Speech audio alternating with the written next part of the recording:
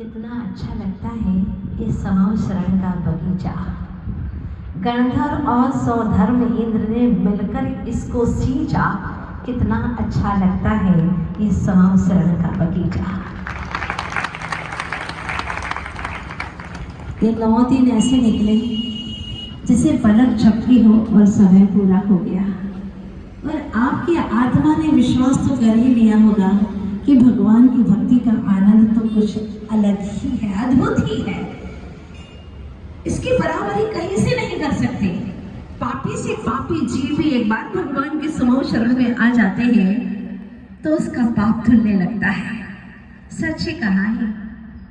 पुराने लोग कहा करते थे, बेटा 100 काम छोड़ करके पहले स्नान कर लो, 1000 काम छोड़ करके भोजन कर लो, 1,00,000 काम छोड़ करके पहले दान का काम कर लो। 1,00,000 काम छोड़ दो, जो दान बोला है पहले वो काम पूरा कर दो। तो फिर आगे कहते थे कि 1 करोड़ काम छोड़ करके पहले ज्ञान का काम कर लो। और अंतिम बात कहा करती थी कि अरबों खरबों काम छोड़ करके पहले प्रभु का ध्यान कर लो, प्रभु का विधान कर लो, प्रभु को याद कर लो। पता नहीं फिर ये मंद कषाय, ये स्वर्णिम अवसर मिले या ना मिले। कई लोगों ने मुझसे आकर के कहा, माता जी हमने अपनी जिंदगी में पहली बार ये दृश्य देखा है। आंखें कहती हैं कि इस दृश्य को हमेशा के लिए बस कैद कर ले। इस दृश्य को पता नहीं दोबारा फिर कहाँ देखने को मिलेगा। ऐसा लगता है कि साक्षात भगवान के समाव शरण में हम बैठे हुए हैं। इतनी विशुद्धि। और कई लोगों ने इसके अतिशय सुनाए कि हम तो इतने घंटे बैठ ही नहीं सकते थे, लेकिन 11 बज जाती, 11:30 बज जाती, फिर भी यहाँ से जाने को मन नहीं करता। शरीर की थकान दूर हो जाती है। जितनी देर बैठ रहे हैं, अद्भुत आनंद है। जब यहाँ इस कृत्रिम समाव शरण में इतना आनंद आ रहा है तो सच में जो साक्षात भगवान के समाव शरण कुबेर के द्वारा निर्मित किए जाते हैं उसमें भव्य जीवों को कितना आनंद आता होगा, क्या भक्ति उमड़ती होगी। और कहा है कि भक्ति ऑक्सीजन के समान है, जो जीवों के विषय भोगों का जो हाई ब्लड प्रेशर है उसको भी डाउन कर देता है। इतनी भक्ति की टेबलेट में ताकत है, ऐसी ताकत है, वो कभी भी निष्फल नहीं जाती है। इसीलिए जितना हो सके उतना भक्ति में समय दो, धन दो, मन दो, तन दो, सब कुछ दे दो। आचार्य देव कहते हैं कि अगर तन की शुद्धि करना है तो आप स्नान से उसकी शुद्धि करा देते हैं, लेकिन मन की शुद्धि कैसे करते हैं? ध्यान से करते हैं। और धन की शुद्धि करना है तो कैसे करेंगे? दान दे करके करते हैं। बिना दान के आपके धन की शुद्धि नहीं हो सकती है। और चेतन की शुद्धि होती है विकारों का त्याग करके। इस तरह से तन, मन, धन और चेतन की शुद्धि करने का उपाय हमारे जिनागम में बताया है। कितनी सूक्ष्म से सूक्ष्म बातें आचार्य भगवंतों ने कही हैं। और ये बात इन दिनों में आपको बहुत अच्छे से जहन में बैठ गई है, समझ में आ गई है, क्योंकि लगभग सभी ने अपने तिजोरियों को खोल दिया है। और बिल्कुल सभी लोग कुबेर जैसे यहाँ पर दिखाई दे रहे हैं। जितनी सामर्थ्य है उसके अनुसार सभी ने यहाँ पर दान कर दिया है। वास्तव में आप किसके लिए कमा रहे हैं बताओ? बच्चों के लिए, है ना? यही कहते हैं हम बच्चों के लिए कमा रहे हैं। एक बात पूछना चाहती हूँ, यदि आपको ये संपत्ति अगले भव में साथ में ले जाने की फैसिलिटी होती तो क्या ये धन आप बच्चों के लिए छोड़ते? प्रश्न है मेरा। अगर अगले भव में ये धन साथ में ले जाने की फैसिलिटी होती तो क्या आप ये धन यहाँ पर छोड़ते, बच्चों के लिए छोड़ते? बोलो। बिल्कुल नहीं छोड़ते। साथ में लेकर के जाते, पूरा समेट करके ले जाते कि मैंने जो कमाया है वो मैं लेकर के जाऊंगा। बिल्कुल सच बात है। इतनी गंभीर बात जैनागम में कही, अध्यात्म ग्रंथों में कही है कि एक द्रव्य दूसरे द्रव्य का कर्ता धर्ता नहीं है।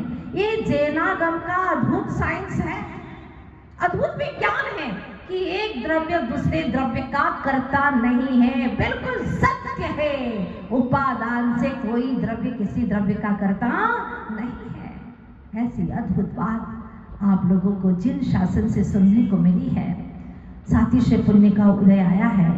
अन्यथा ये अवसर का आप लाभ नहीं उठा पाते। कई लोग हैं बेचारे घर पे बैठे हुए हैं, घर की सफाई कर रहे हैं और कपड़ों की बर्तनों की सफाइयों में लगे हुए हैं, शरीर की सफाई में लगे हुए हैं, लेकिन चेतन की धुलाई कब करेंगे? ये ही ऐसे स्वर्णिम अवसर हैं जहां आत्मा की धुलाई होती है और ये पुण्य का अवसर है। पुण्य के उदय से आप लोगों ने देखा था कहाँ अकृत पुण्य धन्य हो गया, उसका नाम ही धन्य कुमार हो गया और जहां जाता वहां पर वह विजय को प्राप्त कर लेता, जहां पर जाता वहां अपनी अमिट छाप छोड़ देता, आगे बढ़ता जा रहा है राजगृही की ओर। और वहां जाने के बाद में ये कहानी आगे बढ़ती है। ऐसा अवसर आता है कि कुसुम दत्त सेठ के यहाँ पर राह से गुजरता है। क्या होता है, पहरेदारों ने ले जाकर के उसको वहां सौंपा और कहा ये वही है जो आपने कहा था सेठ जी। बस सेठ जी ने देखा और कहा मेरी पुष्पावती पुत्री से तुम्हारा विवाह करना है। अपने आप लोग आगे आगे आ रहे हैं, क्योंकि निमित्त ज्ञानी ने कहा था कि जो बगीचे में आकर के सोएगा और उसके सोते ही वहां पैर रखते ही सारा बगीचा हरा भरा हो जाए तो समझ लेना वही तुम्हारी पुत्री का स्वामी होगा। वर्षों से वह शुष्क पड़ा था, सूखा पड़ा था और तुम्हारे आते ही सारा बगीचा हरा भरा हो गया। अब मेरी पुत्री से तुम विवाह करो। वहां विवाह हो गया। राजा श्रेणिक जिनका बेटा था अभय कुमार, वो अपनी बहन को बिल्कुल नहीं चाहता था कि इसके साथ में विवाह हो जाए, क्योंकि धन्य जहाँ जहाँ गया उसकी प्रशंसा होने लगी। अभय कुमार उससे ईर्ष्या से जलने लगा। तब उसने संकल्प किया, बताया कि मेरी बहन से वही विवाह करेगा जो राक्षस भवन में रात भर ठहरेगा। अभी तक जितने भी लोग गए थे सब वहां पर खत्म हो गए, लेकिन अब इसकी बारी थी। उसने कहा बिल्कुल मैं चला जाऊंगा, जिसके घट में नमोकार उसको उसका कौन बिगाड़े संसार, कुछ भी बिगाड़ नहीं कर सकता संसार। तो बस वो चला गया महामंत्र का स्मरण करते हुए।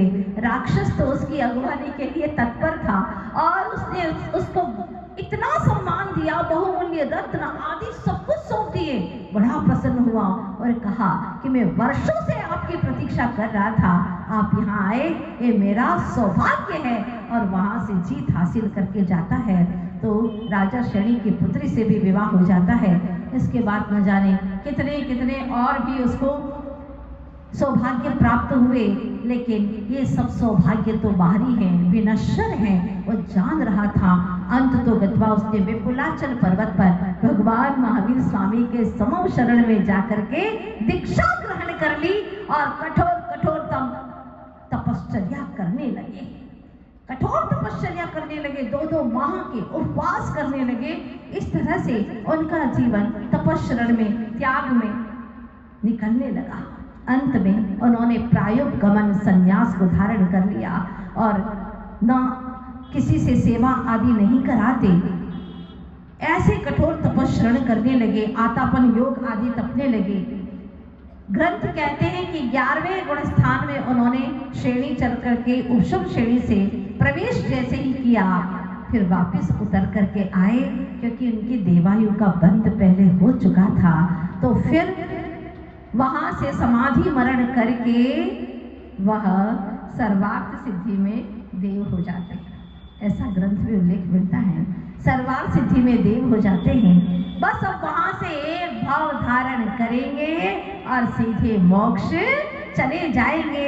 ये इनके जीवन का अपना इतिहास मैंने आप लोगों के बीच में रखा, कैसे कैसे हो गए उनके जीवन, कितने श्रेष्ठतम हो गए। जो ऐसे वैसे थे वो कैसे कैसे हो गए, धर्म के प्रभाव से सातिशय पुण्य का अर्जन किया और सारा पाप धुला तो मात्र गुरु के चरण स्पर्श और उनको आहार दान देने से जन्म जन्म का पाप धुल गया। घोर पाप किया था, जो देव द्रव्य का उन्होंने हड़प लिया था। मूर्तियों को आप लोगों को मालूम है चोरी कर ली थी।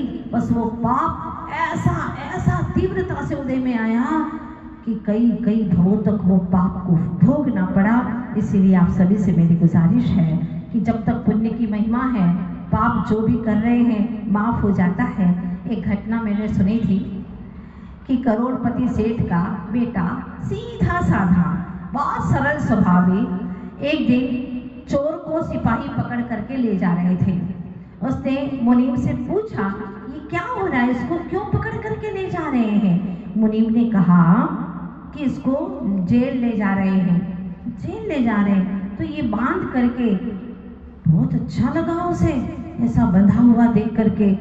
तो वो कहता है मुनीम से कि मैंने अपने जीवन में सारे आनंद लूट लिए हैं, लेकिन ये वाला आनंद मैंने नहीं लूटा कभी भी। ऐसे बेड़ी पहनना हाथ में पैर में, वो तो मैंने कभी आनंद ही नहीं लूटा।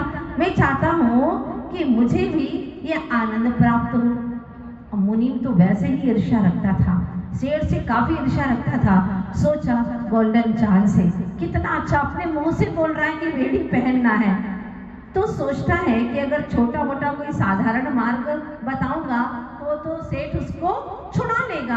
कोई ऐसा काम कराऊं जिससे ये छूट ना पाए। उसने कहा, देखो तुम सच में ये आनंद लेना चाहते हो? बोले बिल्कुल मुझे ये आनंद लेना है, बाकी तो सब खाने पीने ऐशो आराम के सारे आनंद ले लिए, लेकिन ये बेड़ी पहनने का मैंने आज तक आनंद नहीं लिया। तो ठीक है, मुनीम था चालाक, सेठ के प्रति ईर्ष्या भी थी। तो उसने कहा, सुनो आज राजा का सम्मान होना है वहां पर, और लोग उनको पगड़ी भी पहनाएंगे। तुम एक काम करना, राजा की पगड़ी को फेंक देना, हाँ फेंक देना, और 2-4 थप्पड़ भी मार देना, तो तुमको ये आनंद मिल जाएगा। बेचारा सीधा साधा था, उसने सोचा बिल्कुल मैं ऐसा ही करूंगा, और ठीक समय पर पहुंचा। पुण्य का उदय था। सुन रहे हैं आप लोग कहोगे ऐसे कैसे पुण्य का उदय था? पुण्य का उदय था, ठीक समय पर पहुंच गया। आनंद पाने के लिए परम होता है क्या, देखिएगा। जैसे ही वह समय पर पहुंचा और उसने राजा की पगड़ी को उठाने के लिए जैसे ही हाथ आगे बढ़ाया, राजा ने पकड़ लिया पगड़ी को, तो उसने 2 थप्पड़ मारी और पगड़ी को नीचे गिरा दिया, फेंक दिया। वैसा ही किया उस लड़के ने जैसा मुनीम ने कहा था। वो दूर से देख रहा था, बहुत अच्छा तीर निशाने पर लग रहा है, हाँ बड़ा खुश हो रहा था। अब जैसे ही राजा का अपमान हुआ और राजा ने मुड़ करके देखा कौन है, और उसके आदेश पर उस लड़के को पकड़ लिया गया। लड़के को पकड़ा और जैसे इधर मुड़ करके देखा पगड़ी को, तो पगड़ी को जैसे ही उठाने के लिए आगे बढ़े तो क्या देखा कि पगड़ी के अंदर 2 हाथ की पतली सी जहरीली नागिन निकल रही है। उस पगड़ी में से जहरीली नागिन निकल रही है। जैसे उसको देखा तो राजा ने कहा, ओहो ये बात थी, मुझे क्या मालूम था, मैं तो सोच रहा था कि मेरा घोर अपमान किया, लेकिन ये लड़का तो देवता ही देवता, मुझे डस लेती मैं जीवित नहीं बचता, लेकिन धन्य है, धन्य होगी आज मैं। उसने जबरदस्ती मेरी पगड़ी फेंकी और मुझे जीवन दान दे दिया, और अपने सिपाहियों को आदेश दिया कि शाही सम्मान के साथ हाथी पर गजराज के ऊपर बिठा करके उसको घर की ओर ले जाया जाए बड़े सम्मान के साथ में। सुन रहे हैं आप लोग? जब तक तेरे पुण्य का बीता नहीं करार, तब तक तुझको माफ है चाहे अवगुण करे 1000। कंस ने कृष्ण को मारना चाहा, मार पाया क्या? पुण्य था प्रबल। प्रद्युम्न को उनके भाइयों ने कई बार 16 बार तो मारने का प्रयास भयंकर रूप से किया, लेकिन मार नहीं पाए क्योंकि पुण्य प्रबल था उनका। अब देखिएगा, सीता को रानी बनाना चाहता था कौन? रावण। बना पाया क्या? नहीं, बल्कि उसने अपने पुण्य का दुरुपयोग किया तो उसको नरक में जाना पड़ा, ये सिद्धांत कहता है। और यहाँ पर अपराध भी किया तो भी दंड से बच गया। क्या पुण्य का उदय है। शत्रु भी होती मित्रो, शत्रु भी मित्र हो जाते हैं। कर्म विभाग वसादु, कर्म का ऐसा ही विपाक है, पुण्य का ऐसा ही फल है कि वह दंड को प्राप्त नहीं हुआ, लेकिन उसकी इच्छा तो पूरी हुई नहीं। उसने फिर एक दिन मुनीम से कहा कि मुनीम जी आप तो मेरे को वो वाला आनंद दिला दो, वो आनंद तो मुझे चाहिए ही चाहिए। हाँ, वो आनंद तो मिला ही नहीं, हाथी पर बिठा दिया, वो तो मैं पहले भी कई बार बैठा था, कौन सी बड़ी बात है, मुझे तो वही वाला आनंद चाहिए। मुनीम चाला, उसने कहा ठीक है, अब की बार तुम बिल्कुल नहीं चुकोगे, मेरा वादा है तुम्हारे लिए, लेकिन काम जैसा मैं कह रहा हूँ वैसा करना। बिल्कुल वैसा ही करूँगा। बताओ मुनीम जी अब क्या करूँ मैं, पर मुझे वो वाला आनंद लेना है, वो बेड़ी पहनने का, हाँ हथकड़ी बेड़ियाँ पहनने का, वो आनंद मुझे लेना ही है एक बार जीवन में। हाँ बहुत अच्छा बेटा, हर कोई थोड़ी ना ऐसा चाहता, वो तो तुम ही हो इतने सौभाग्यशाली जो तुम चाह रहे हो। चालाक मुनीम बोलता है लेकिन एक काम करना, सुनो, जब राजा हवा खाने के लिए झरोखे में बैठेगा तो बस वो गोल्डन चांस से तुम्हारे लिए उसको धक्का दे देना, और उसको धक्का दिया कि तुमको वो आनंद अवश्य मिलेगा, पक्की, बिल्कुल पक्की बात है। अच्छा, अब उसने क्या किया, समय का वो अवसर देखा उसने, और जैसे ही राजा झरोखे में बैठे थे जाकर के धक्का दे दिया। राजा को धक्का दे दिया, लेकिन रात में ही वहां पर रुई का ढेर लगा हुआ था। रात में ही वहां किसी कारणवश रुई का ढेर लगा दिया था। तो राजा को तो जरा सी भी चोट नहीं आई, किंतु राजा का अपमान तो हुआ ना, धक्का दिया है राजा को। ये बात अलग है कि रुई का ढेर लगा दिया था, और वो ये इस पर्पस से नहीं लगाया था कि राजा गिरेगा तो लगेगा नहीं, वो तो अपने कारण से लगाया गया था, लेकिन राजा का अपमान तो हुआ ही है। राजा आग बबूला हो गया, उसे बहुत गुस्सा आया और आदेश दिया कि लड़के को सामने लाया जाए। और वह लड़के को सामने लाते हैं, वो लड़के से पूछते हैं कि तुमने ऐसा क्यों किया। वो अपना मुंह खोल ले। इसके पहले ही जिस झरोखे पर राजा बैठा था वो मंजिल ऊपर से नीचे गिर जाती है, टूट करके गिर जाती है, और टूटते ही सारा वातावरण ही बदल जाता है। ये क्या हो गया, ओहो। अब तो राजा कहता पक्का ये देवता पुरुष मेरी जान बचाने के लिए ही जन्म लेकर इस धरती पर आया है। राजा उठा और उठ करके उसके पास जाकर के उसके चरण छू लेता है कि तुमने पहली बार मेरी जान बचाई थी नागिन से, दूसरी बार फिर जान बचाई। ये हवेली टूट रही थी, मैं तो बिल्कुल मर जाता, लेकिन तुम्हारी वजह से मुझे जीवन प्राप्त हो गया है। बस तुम तो मेरे लिए बहुत बड़े देवता हो। इस तरह से बड़े हर्ष से, प्रसन्नता से उसको आधा राज्य दे देता है। सुन रहे हैं आप लोग? पर आप करोगे तो नहीं मिलेगा, ये बात भी ध्यान रखना। पल्ले में वो पुण्य नहीं है धन्य कुमार जैसा धन्य कुमार ने पुण्य अर्जन किया था, वैसा पुण्य आपने अर्जन नहीं किया। किए तो हैं अनेकों बार कार्य, लेकिन वो भक्ति भाव से, गाढ़ सखनता से, समर्पण के साथ में वो कार्य नहीं किया।